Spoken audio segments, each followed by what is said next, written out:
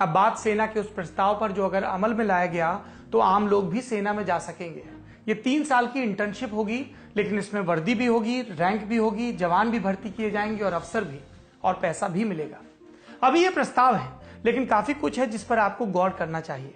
मिसाल के लिए एक ही साथ सेना, राष्ट्रवाद, देशभक्ति और बेरोजगारी का जिक्र। ललन टॉप का ये हिस्सा इसी विचार के लिए खोज परख की काम करेगा। पहले समझिए कि प्रस्ताव क्या है। ये खबर बाहर आई सेना के एक इंटरनल नोट के जरिए। सेना में अलग अलग तरह की नीतियों के लिए विभागीय पत्राचार चलता रहता है, वैसा ही एक नोट ये भी है। अभी ये फुल फ्लेजेड फैसला नहीं है। जितनी जानकारी मीडिया में सामने आई है उसके मुताबिक सेना के नोट में इस 3 साल की इंटर्नशिप को कहा जाएगा टूर ऑफ ड्यूटी। ये उन युवाओं के लिए होगा जो सेना को अपना स्थायी पेशा नहीं बनाना चाहते, लेकिन पेशेवर फौज वाला थ्रिल और एडवेंचर महसूस करना चाहते हैं। देश में बेरोजगारी की समस्या है, राष्ट्रवाद और देशभक्त की भावना एक बार फिर बढ़ रही है। ये नोट की भाषा है, हमारी नहीं। लेकिन यह प्रस्ताव कॉर्पोरेट नौकरी की बोरियत दूर करने से कहीं आगे की बात करता है। ये नोट भारत में सैन्य सेवा के तरीके को बदलने के बारे में है।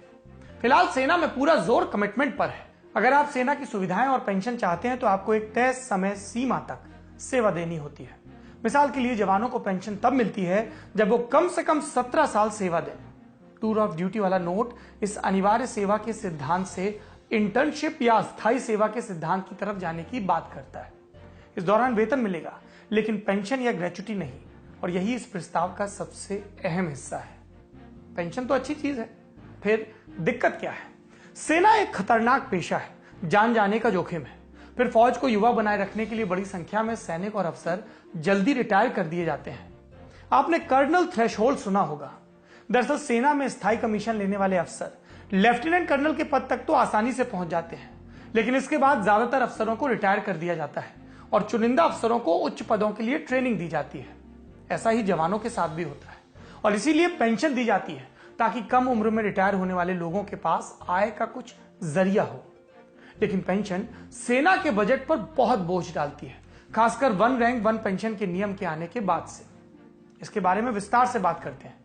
भारत के पास अभी दुनिया की सबसे बड़ी स्टैंडिंग आर्मी है, मतलब जितने जवान और अफसर इंडियन आर्मी के पास हैं उतने किसी के पास नहीं। इसका एक अनचाहा असर यह होता है कि सेना के बजट का एक बड़ा हिस्सा तनख्वाह देने और जो पुराने सैनिक और अफसर रहे उनकी पेंशन पर खर्च होता है। ये खर्च कितना है इसे समझिए।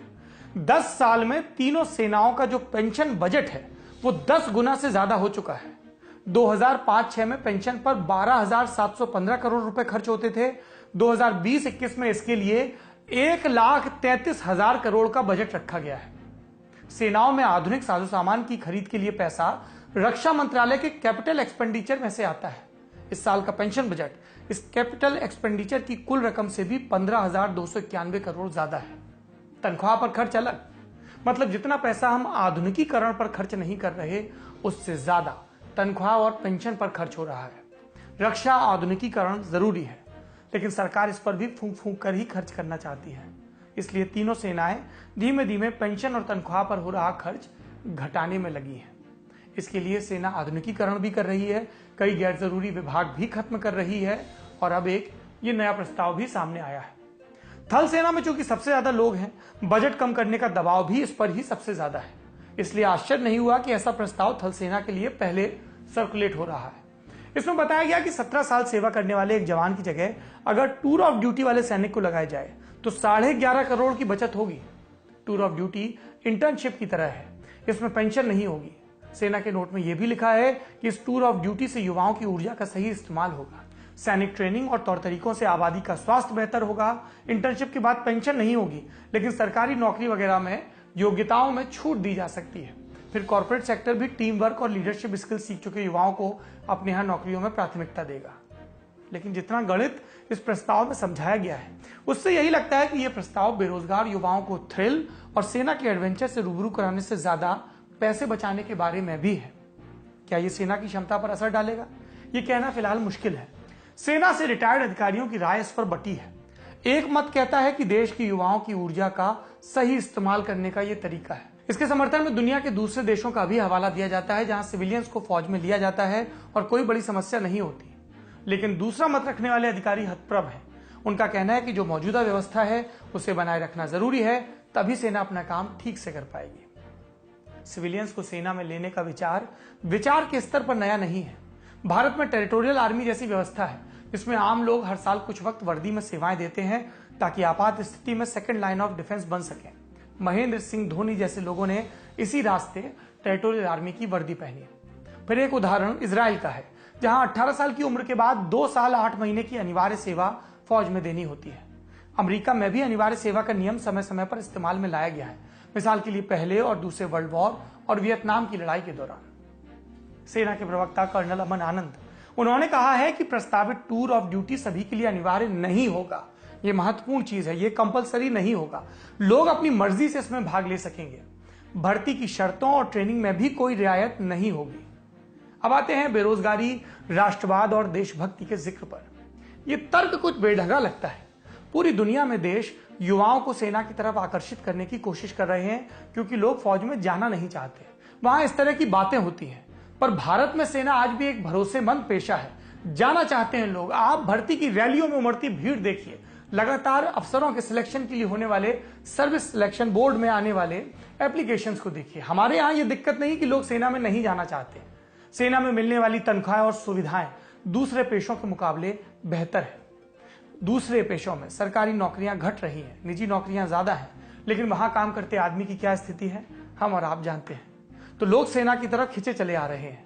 ऐसे में देशभक्ति और राष्ट्रवाद का जिक्र कई लोगों को लगता है कि मुद्दे को फैलाने की कोशिश है। लोग ये भी कहते हैं कि जो सुबह सवेरे झाड़ू लगाता है, जो आपको खबर देता है, जो आपकी रखवाली करता है, जो आपको सब्जी देता है, जो दफ्तरों में काम करता है, हर वो व्यक्ति देशभक्त है। देशभक्ति को किसी एक खास पेशे तक सीमित नहीं किया जाना चाहिए। फिर कई बार यह भी होता है कि देशभक्ति के शब्द को एक पॉलिटिकल नैरेटिव में फिट करने की कोशिश की जाती है। इसके पक्ष विपक्ष में खेमे बन जाते हैं। टिप्पणीकारों का कहना है फौज का पूरा जोर ट्रेनिंग और अनुशासन पर होता है, उसी पर रहे। कुल जमाने छोड़िए कि यह प्रस्ताव युवाओं को सेना की तरफ खींचने से ज्यादा उन्हें यह बताने की कोशिश कर रहा है कि आपकी जरूरत है, लेकिन हमारे पास उतने पैसे नहीं, इसलिए इंटर्नशिप कीजिए। आप भी खुश, हम भी खुश। आपके लिए भी नया अनुभव, नया मौका और भविष्य के लिए संभावनाएं, और हमारी भी तात्कालिक जरूरतें पूरी होंगी। फिलहाल ये एक प्रस्ताव है, पहले ट्रायल होगा, इंटर्न्स की एक छोटी संख्या के नतीजे देखे जाएंगे, उसके बाद कोई स्थायी फैसला होगा। आपको अपना व्यक्तिगत मत बताऊं, मुझे लंबे समय से लगता है कि भारत जैसे देशों में मिलिट्री ट्रेनिंग जरूरी होनी चाहिए। आप सोचिए, हमारे गांव की, कस्बों की जो लड़कियां हैं, वो हाई स्कूल इंटर के बाद 1 साल 2 साल की मिलिट्री ट्रेनिंग करें, ऐच्छिक करें, कंपलसरी करें, सरकार और समाज को तय करना है। तो वो लड़कियां वहां से कितनी मजबूत होकर निकलेंगी, वो अपनी रक्षा करेंगी, अपनी सेहत पर ध्यान देंगी, वो उनको एक्सपोजर ज्यादा मिलेगा, वो देश देखेंगी, दुनिया देखने की ख्वाहिश उनके अंदर पैदा होगी, वो आत्मविश्वास से भरेंगी। इसलिए इस तरह के विचारों पर बहुत खुले मन से चर्चा होनी चाहिए और उम्मीद की जानी चाहिए कि इसके सकारात्मक नतीजे निकलेंगे।